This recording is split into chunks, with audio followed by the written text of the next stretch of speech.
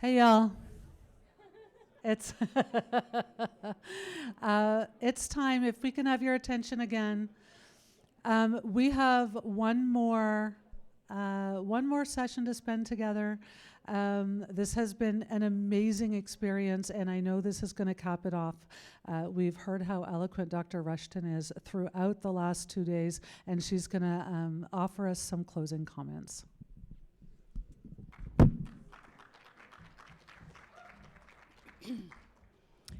So, first of all, this is one of the best conferences I have been to in a very long time. And I go to a lot of conferences, so that is really heartfelt and completely honest. So I want to thank all the people who made this possible, because it always does take a village. So really take that in. Incredible. So what I thought I'd do is, excuse me, just reflect a little bit on some of the themes. And, you know, as I listened over these last 2 days, I think part of what we were doing is acknowledging our individual and collective vulnerability and our humanity of everyone, not only the people we serve, but the people who serve them. So I want to really just point that as kind of a thread, how we manage uncertainty. And also underneath that, even though we didn't name it specifically, is grief. And there's a lot of grief right now. Grief about the loss of our hopes, our dreams, our identities, the way we thought things worked, our democracy. And so I think as we navigate, we also have to turn toward the grief. And to take it back to Kim's point about love, if we don't love, we don't grieve. And so the things we've loved are the things that we are going to really notice that are missing. And yet, out of grief can often come courage and insight and fuel to take the next step. So that's kind of the big picture.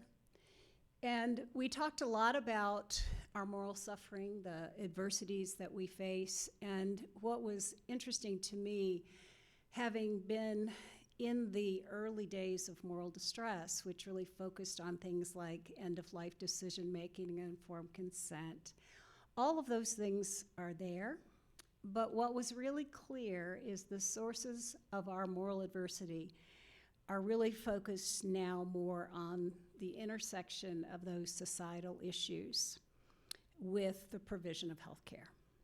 We talked about the epistemic divide, the issues of behavioral and physical, emotional, moral violence, how our health systems are in disarray. And our response to that is various forms of suffering. And I just want to say again, we suffer because we care. It's not because we're not smart enough or we haven't figured out the right path. There's no clear path. And so here we are in the midst of the chaos trying to figure out what's next. And for me, that takes me back to integrity. And the question of what does integrity require of us in these times? And a couple of points that I maybe didn't make in the beginning, and I think are worth highlighting again, is integrity is not perfection. And it is also not measured on whether or not we achieve the outcomes that we desire. It is measured by our motivation, our character, and by the sufficient effort that we exert to try to address the moral adversity that we see in front of us. And so in a group where outcomes are always the thing that we admire, we forget to admire the effort that we've taken. Whether it has worked or not actually matters. And somewhere in there is an opportunity to turn toward the unraveling of things. As you heard, we can't reason our way through this, so that means we need new strategies, new ways of being, new ways of thinking about these issues. And part of that is making peace with our limitations. We're a group of people who expect to excel. And that means we have to recalibrate our expectations of ourselves and others. We have to engage in subversive joy. We need to use our right brain. Our left brain gets a lot of attention, but the right brain, the creativity, the ways in which we use the aesthetics as ways to inform our path forward, how we use mindfulness to focus on now, not what happened before, not what will happen after, but what is right in front of us, to be in the eye of the storm. And the other piece that goes along with that is being able to accept things as they are right now. And I thought it was really important when Kimberly talked about accepting is not giving up, it's not quitting, it's not just being resigned to the situation, and it's certainly not dismissing the reality that we're in. It's about seeing things clearly, being able to meet whatever is in front of us with a sense of equanimity, which in my work with Roshi Jones, strong back is equanimity, the ability to be upright in the midst of whatever is happening in front of us, with a soft front, which is compassion. And so when we can actually do that, I think you have the ingredients for making a huge impact on your communities. And one of the big takeaways for me is the sense of community that I saw here. Really incredible resource. And we sometimes overlook that as a resource. The idea of collaboration versus competition, the intention and the skills to deeply listen and understand each other. And as you heard earlier, people helping people, we are doing the best we can, is so true. And an opportunity for us to pause and notice the impact that we make. But also, because we are a group of over-responsible people, we tend to take more responsibility than is ours to carry. So when you find yourself feeling that distress, I want to invite you to step back and ask yourself, what part of this is mine to carry? Because the reality is you didn't create this situation. You are not wholly responsible for fixing it. There are other people who have responsibilities that you need to engage in navigating this process forward, because you're not alone. And I think if there's one thing that you can take away is knowing that you are not alone. There are incredible people in this room, in your state, in your region to draw on. So I'm going to close with what seems to have kind of resonated with a number of people. When a complex system is far from equilibrium, small islands of coherence in a sea of chaos have the capacity to shift the entire system to a higher order. That's all of you. So that's my summary. And what I wanted to do before we end is to invite you to reflect on what will you take away. What is the headline that you will take away from the last 2 days? And if anybody would like to share, we'd love to hear a few. What will you take away?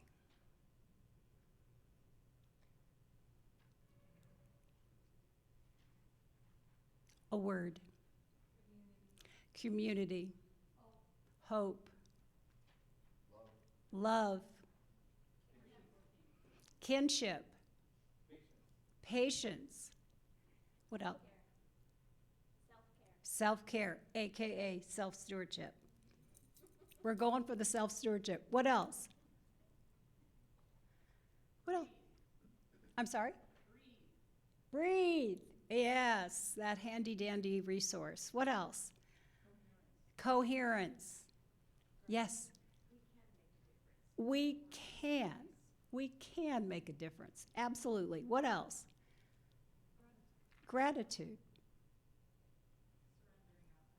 Surrendering outcomes. Love that. What else? Shared purpose. Ah, I love that. Unpack your backpack and put her down. You know, if we had a lot of time, I'm pretty sure that Susan and I and some others, we could think of some other things that we could all do together. And one of my favorite things to do is a letting go practice, to unpack all the stuff we carry around that no longer serves us. And if there's one thing you might want to do at the end of your day, is to get yourself a basket and some Post-it notes and ask yourself, what do I need to put down as I leave today? In a time where we feel so powerless, that there's power in vulnerability. At a time when we feel powerless, there's power in vulnerability and our shared vulnerability. All right, I think we have pondered together, and I just want to really thank you all for welcoming me to the Northwest, to Oregon, and into your incredible community. So, thank you.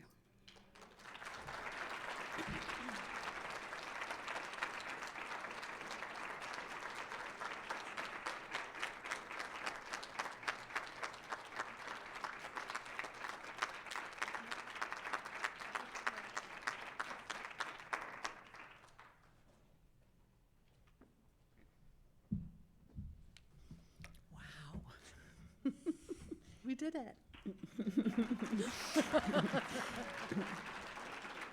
So one of the things I've been pondering today and yesterday is I keep hearing from so many of you that what you're getting here is this sense of community. And I'm hearing from people, how can we keep this community going? I don't want to leave. I'm fearful about going back into my little silo where I feel so alone. And I don't think we have to do that. I think we can stay connected, and we'll find different ways to do that. We are here at the end of these couple of days, but I know I'm going home with new friends, including you, and also going home with this sense of just sheer gratitude. Some of my all-time favorite people on the planet are in this room, and I don't get to experience that every day, and I'm so grateful to you and for you, and thank you for that. To all of our faculty, we really want to say thank you. Certainly to Dr. Rushton. You know, I feel so selfish I get to drive for 3 hours with you. And I have a feeling I'm going to have a southern accent by the time I get to Portland. But we have other people to thank. We have to thank the steering committee. I'm going to name those people again. I named them at the beginning, but I was so frazzled by my broken glasses that I don't think I gave them credit. I can actually read this. Like the letters on my phone were minuscule. So most of them are here, but not all. Heidi Funk from OHSU is not here. And Nikki Alcala, who helps with the incredibly, I don't know if you've never run a conference, you have no idea what it takes to get CME credits.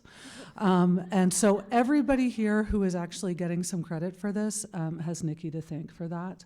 Laura Hosford, I think you've spoken at the Kinsman before, but I know for a lot of you, you've met Laura for the first time.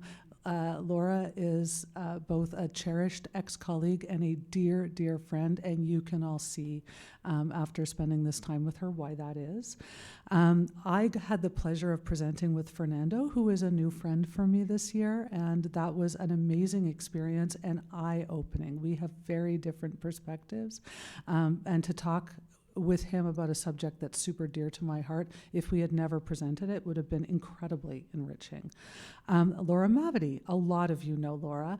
I didn't know Laura before this, and so that's been another gift of this, and you've had the chance to hear her speak too. And Karen McCord is also an old dear friend whose brilliance you've had a chance to appreciate while we're here. Katie Stowers, you still here? Katie's back there. Katie is like the spine of the center during an incredibly turbulent period. This community exists in part because of the work that the Center for Ethics does. And Susan Toll, we owe her our gratitude for that too, but Katie has been carrying the torch at a tough time, a transitional time, which is always difficult, and we're super grateful for that. And as always, I hope, we've said a couple times there are unsung heroes. I hope they're a little less unsung than they were, but Samantha and Safa and Dave, this absolutely does not happen without them.